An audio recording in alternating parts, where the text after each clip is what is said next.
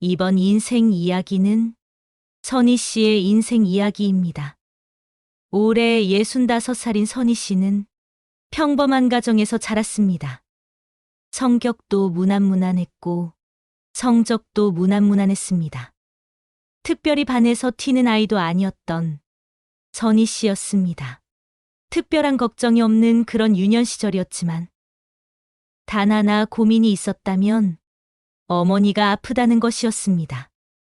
가끔씩 어지럼증으로 방에서 오래 누워있는 어머니가 선희 씨의 작은 걱정이라면 걱정이었습니다.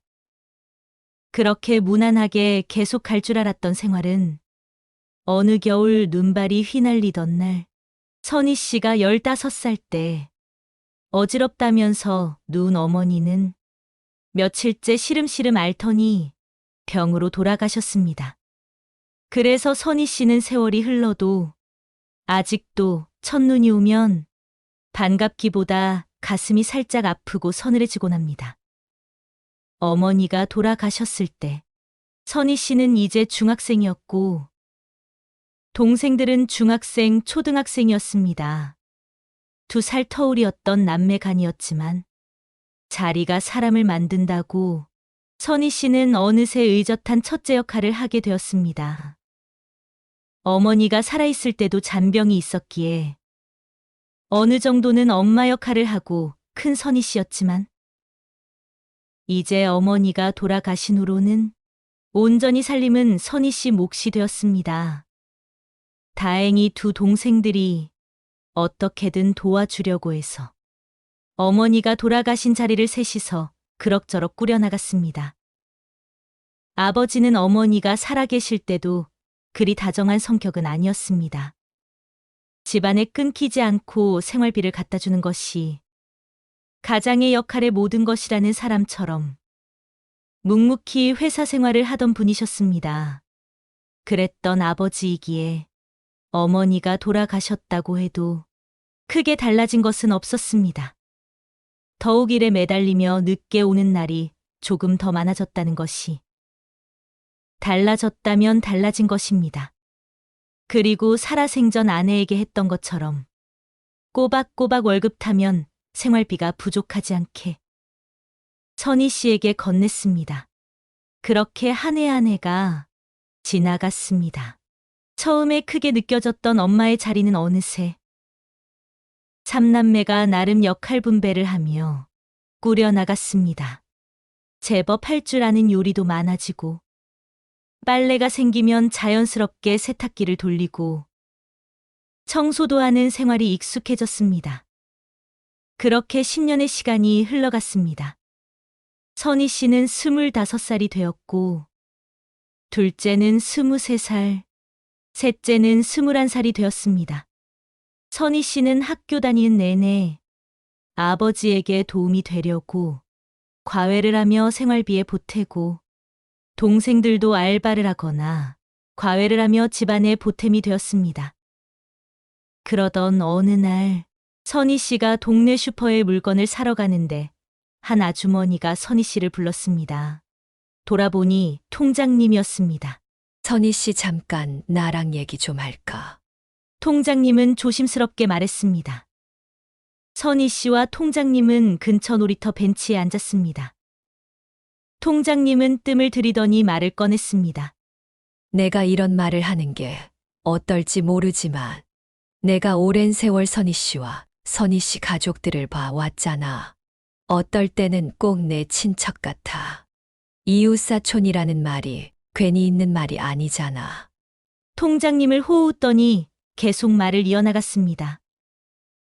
이번은 조금 더 조심스럽게 말씀하셨습니다. 선희 씨, 내가 사실 말 꺼낼까 말까 하고 고민하고 그래도 말해야겠다 싶어서 말을 하네. 주책스럽다고 생각지 말고 들어줘. 통장님은 침을 삼키고 말을 이어갔습니다. 이젠 선희 씨도 아이가 아니잖아. 곧 다들 자기 살 자리 차차 떠날 텐데. 그러면 아버지가 혼자 남을 거고 곧 정년하시면 외로움도 커지실 거야. 그동안은 일에 파묻혀 사느라고 어떻게든 외로울 틈이 없었겠지만 퇴직하고 혼자 있으면 적적하지 않겠어. 그렇게 말하고 통장님은 선희 씨 손을 꼭 잡았습니다. 선희 씨, 내가 아까운 사람이 있어서 선희 씨 아빠에게 소개시켜주고 싶어. 마음 같아서야 선희 씨 아빠에게 직접 소개시켜주고 싶다고 말하고 싶지만 어떻게 받아들일지도 모르고 조심스러워서 말이지.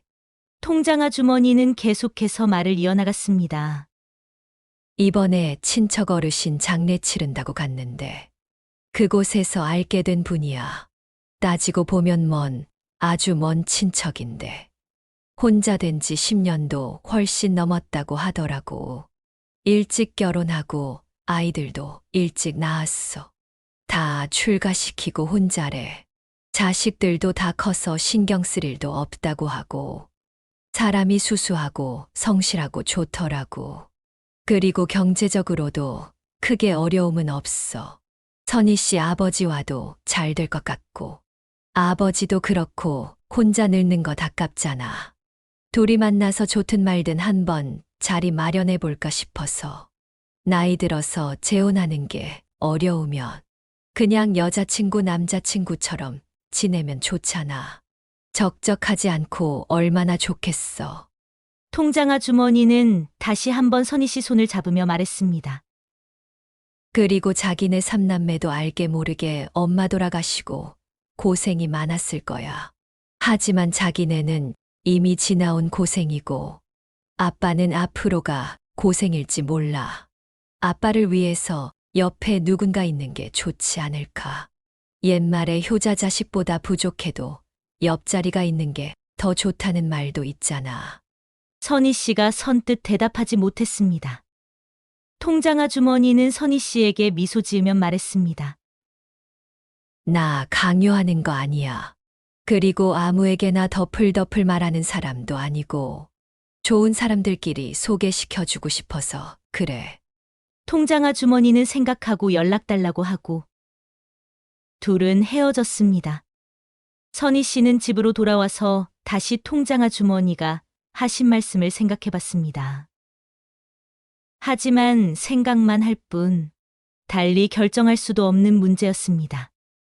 그렇게 며칠이 지나고 마침내 결심한 듯 선희 씨는 아버지 방문을 똑똑 두드렸습니다. 방으로 들어가니 아버지는 멍하니 TV를 보시면서 계셨습니다. 며칠 전 통장 아주머니께 그런 말을 들어서 그런 건지 아니면 아버지가 원래 그렇게 어느 순간 늙어버리신 건지 그날따라 아버지가 왠지 불쌍하고 안쓰러웠습니다. 아버지 잠깐 이야기 좀 나누어요. 선희 씨는 조심스럽게 말을 꺼냈습니다. 통장 아주머니와 만났던 일 그리고 선자리 한번 해보자는 말까지 아버지는 좋다 싫다 없이 무덤덤하게 들으셨습니다. 그리고 생각 좀 해보자 하고 그날은 이야기를 마쳤습니다. 며칠 후 선희 씨와 아버지는 다시 자리를 마련했습니다. 아버지는 선희 씨에게 조금 쑥스럽다는 듯이 말을 꺼냈습니다. 내가 말하고 며칠 동안 나도 생각을 좀 해봤어. 사실 내가 혼자 되고 이런 말을 여러 번 듣기도 했단다. 선희 씨는 아버지에게 이런 선자리가 여러 번 들어왔다는 말에 깜짝 놀랐습니다.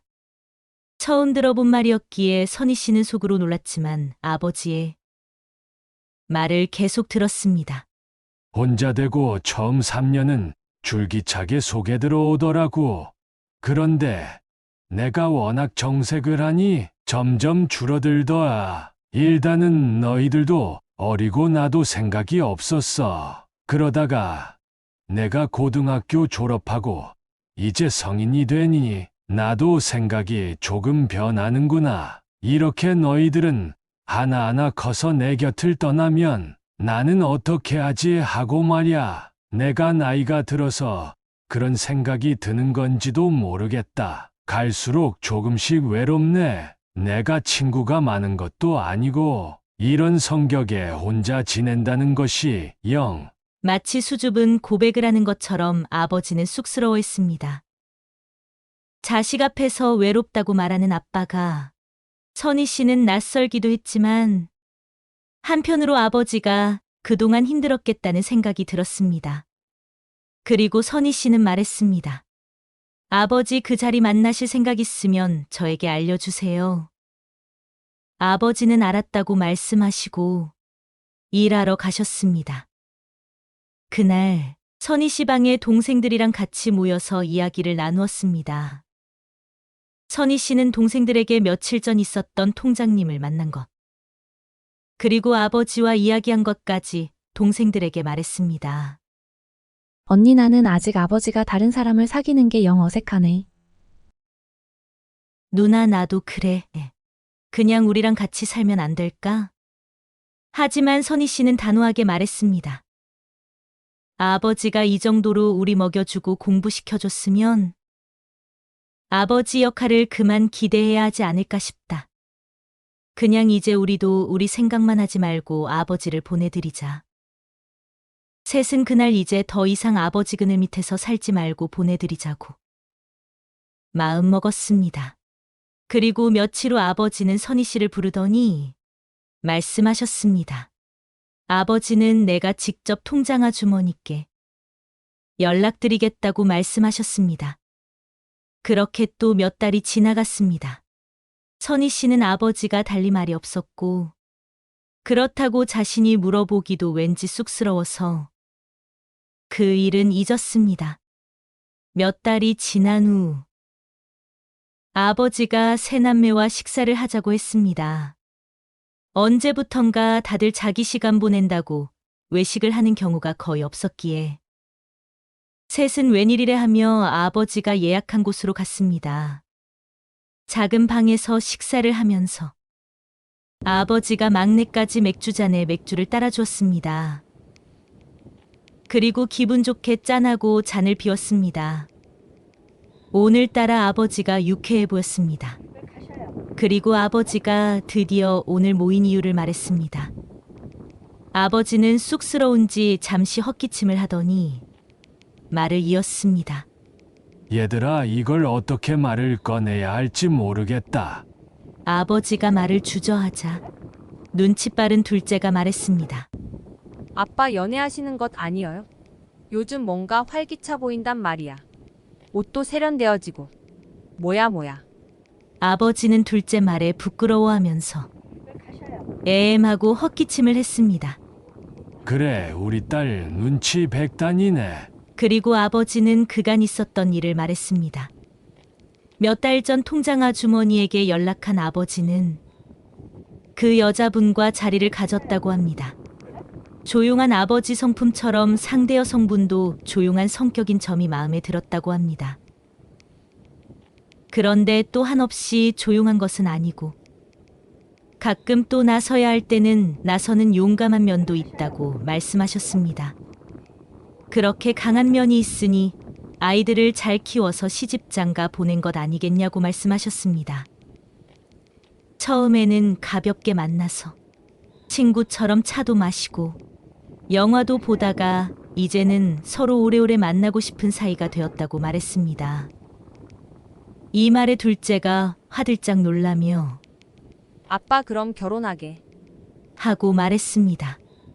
아버지는 손사래를 치며 말을 이어갔습니다.